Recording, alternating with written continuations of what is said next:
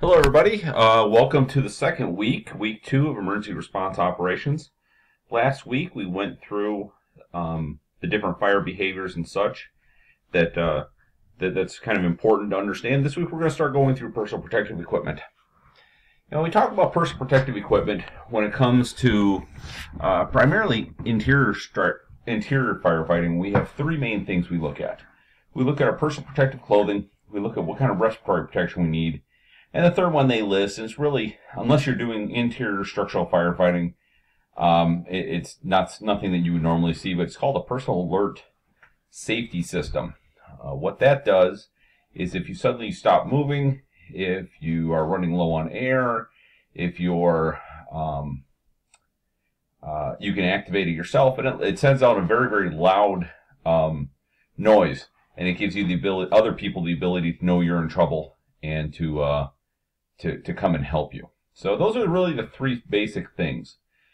And what all of these do is they do two things. They protect us from the hazards that are out there, and it also minimizes the risk of injury or fatality. So the two of them have to work together in order to accomplish this. So one of the things that you're going to find is within all personal protective clothing, it's going to have a label on it that talks about how it was built, who the manufacturer is, what date it was put into service, etc., what the outer jacket is, what the vapor barrier is. It'll give you all that information. And it has to be permanent. It's sewn right in there. A lot of times it'll specifically say who it was built, who it was made for. For example, the turnout gear that I have, and I'm going to use two different terms through all this. I'm going to use turnout gear. I'm also going to use bunker gear. They kind of go back and forth. It means the same thing. But the turnout gear that I had was specifically made for me. That's why it takes so long to do it. But they did my measurements, and they were able to make a set of turnout gear just for me. And it's going to have that kind of label in there. Now, obviously, if you're with an emergency response team that does interior structure firefighting, you're probably going to have several different sizes, and it's kind of, okay, everybody grab what they can. Or some places will actually buy turnout gear for their different people. Talks about must meet NFPA 1971.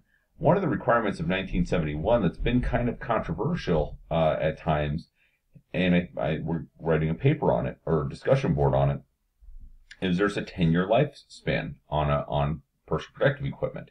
A lot of that has to do with the vapor barrier and how well it holds up, etc.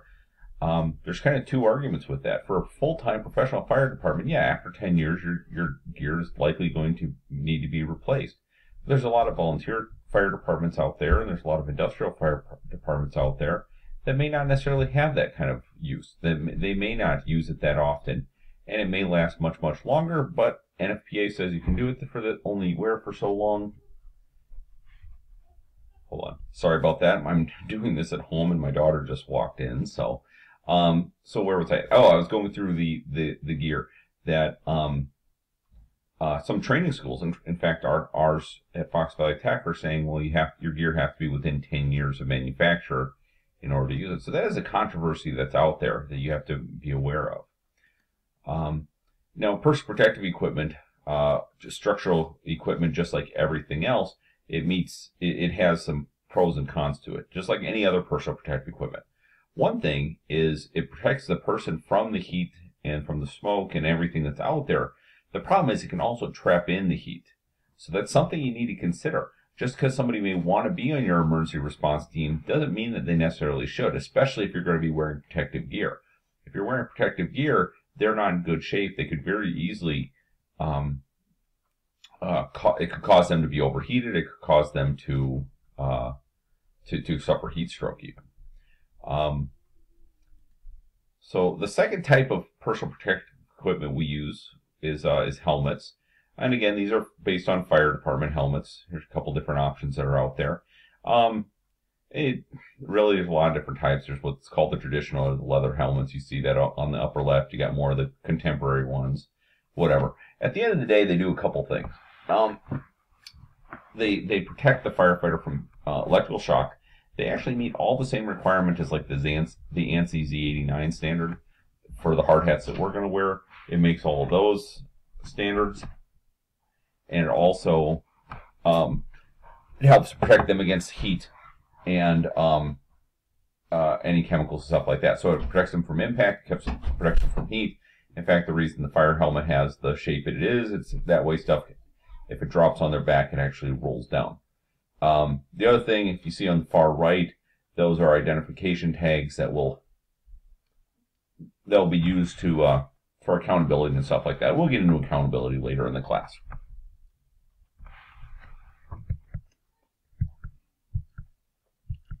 And just like us, when you start looking rescue and fire protection and stuff like that, we have to start thinking about safety glasses.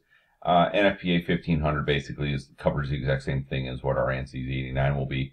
Or I'm sorry, Z87 would be the safety glass one. So depending on what you're doing, you may need some safety glasses or eye protection as well. It could come from separate safety glasses in the bottom right or bottom left. Your the SCBA mask provides some protection, and then you have your face shield on top of that. Okay, the next piece of personal protective equipment we're going to look at is the protective hood. And what this does is it does a couple of things. One, it makes sure all the skin is covered. If you look back to some of the old firefighting movies, Backdraft is one that comes to mind. I mean, he's going in with a coat open, he has his helmet on, no mask. That hasn't happened in a long time. Nowadays, everybody wears the hoods. The idea is that you have no exposed clothing or exposed skin whatsoever. Everything is covered with something. So these hoods are going to be made out of Nomex. They're going to be made out of PBI. They're going to be made out of some sort of flame resistant. In fact, when we come out to the fire grounds in April, you guys are going to wear these because this is something everybody needs to wear just in case we do have a shift of wind or something like that. I actually came from race cars, and what it does is you can see how on this person it goes underneath the suspenders, so it doesn't bunch up. It literally covers all of the exposed skin.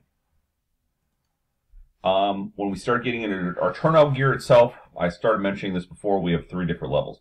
We have our outer shell, which we have here. If you look at my cursor, we have here. Then we have a moisture or a vapor barrier.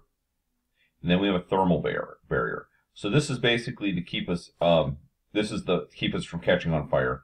This is to keep the steam or hot water from getting in. And this is what's actually going to protect us. It's just like a winter coat. There's several layers. You kind of trap layers in between there as well to make sure that you you don't get hurt.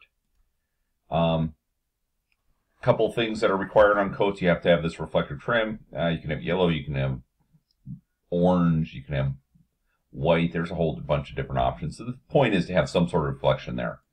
Wristlets.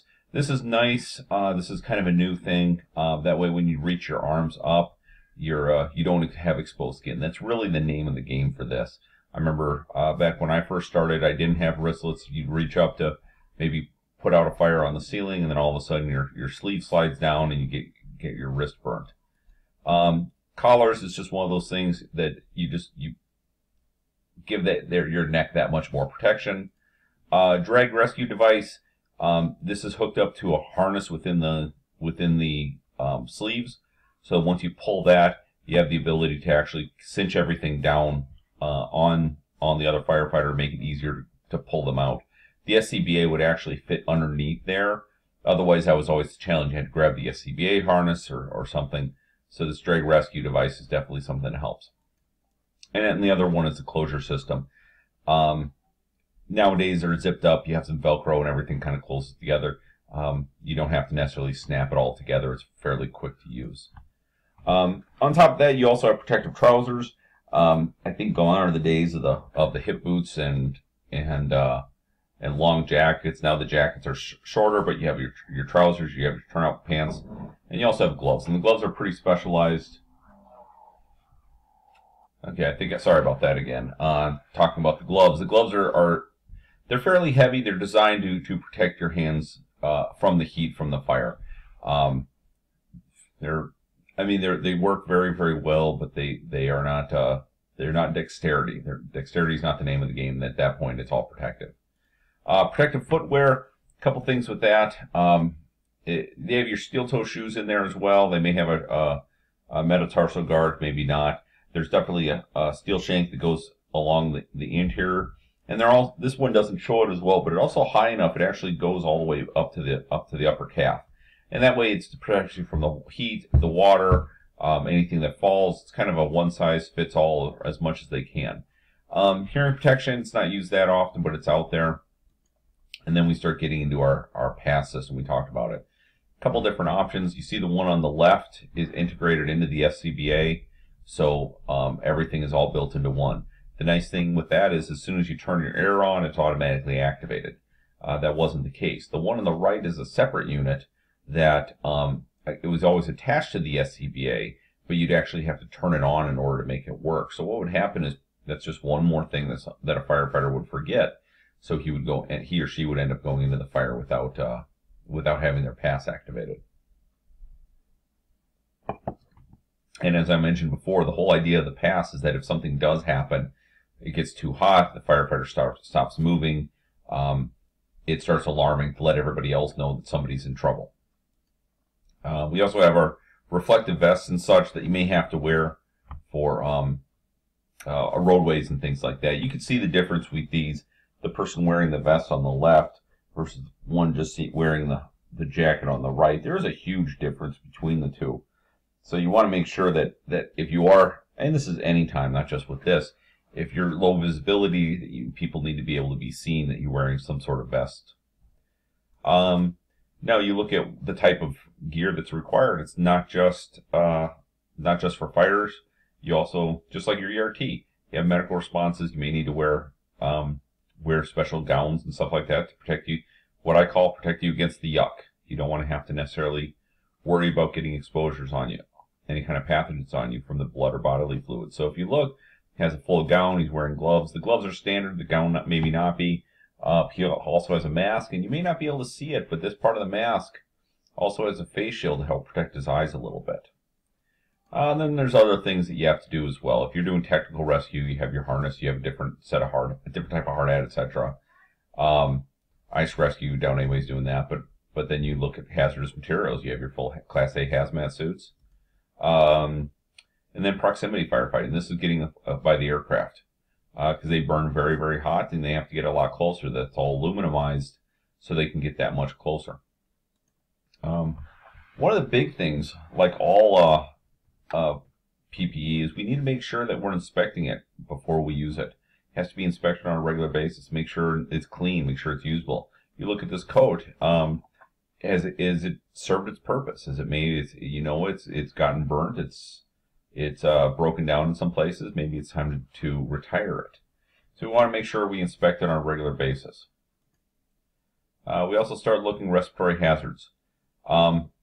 If you look in the smoke, the oxygen's been used. Temperatures are high. You can get burns through your respiratory tract. The particulate contaminants from the smoke can get in there and cause a lot of issues. It can pass from your those pathogens or particulates, the chemicals in there can pass from your lungs into your bloodstream and can infect or cause issues throughout the rest of your body. Gases and vapors. One of the things we talked about last week is carbon monoxide is very, very common in smoke.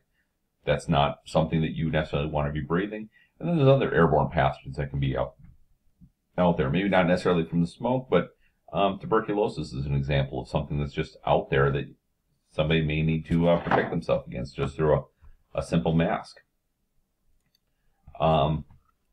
Oxygen deficiency, most common in areas of combustion, but certainly not only. If you've taken any of the classes with confined spaces, that's definitely an issue there as well. And it starts talking about what the different oxygen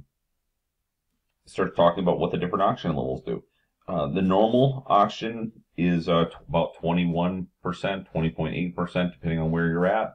Anything below, OSHA calls 19.5 as the minimum amount. Anything below that is oxygen deficient. You have to protect yourself against it. And as you can see, the less oxygen there is, the more hazard it is. You start getting 15 and 19. You may not be able to do strenuous workouts. You start losing your coordination. 10 to 12%. You start getting headaches. You get tired really quick. You start getting dizzy. 8 to 10% will start making you unconscious. And then you get down to 6%, 8%, it starts getting fatal. 6% fatal in 40 seconds. It doesn't take that long. Usually that's the problem with a lot of your confined spaces that people go into. is the fact that the oxygen's so low they get in and they just can't survive, and it happens very, very quickly. You start looking at the health hazards of superheated superheated air. Your blood pressure goes down. You start going into circulatory system failure, and eventually the pulmonary edema. That's just liquid that builds up in the lungs, and ends up you drown. And that's kind of what happens when you breathe in superheated air. But it's not just that. I mean, you just look at within a standard garage. In this case, it's showing the diesel vapor or diesel fumes coming off, particulates that go with that. You have to be able to protect yourself somehow as well. We've got a couple different options. This class really isn't talking about full PPE. We're going to get into that with like regulatory compliance. But here's something as well. These are going to work differently, and these are actually going to, I guess you could say, scrub or filter the air on both of these. They have the cartridges, and that's what you have to breathe in. Then in addition to that, you have gases and vapors. Gases are things that are fairly naturally occurring, so you have oxygen, carbon dioxide, and things like that, but you also have vapors. So formaldehyde, for example, off gases, that horrible smell that you smell, that's the vapors that come off of that. We have to be able to protect ourselves, and we protect ourselves with a respirator of some sort. Then we start getting into smoke and what's all in smoke, and you see some of the different things there. Carbon monoxide and hydrogen cyanide, we talked about those, but everything else is in there as well. You can have some formaldehyde. A lot of drywalls use formaldehyde as a sealant or as to protect against bugs.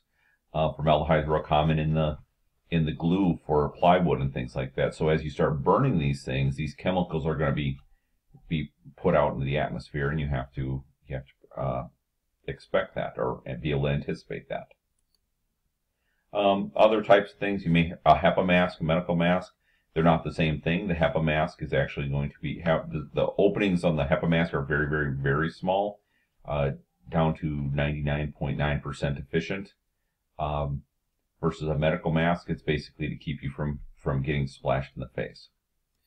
And then we get into respirators, and there's two different types of respirators. And I think I'm actually going to stop this here because we're already at 17 minutes, and then this way it breaks the video into.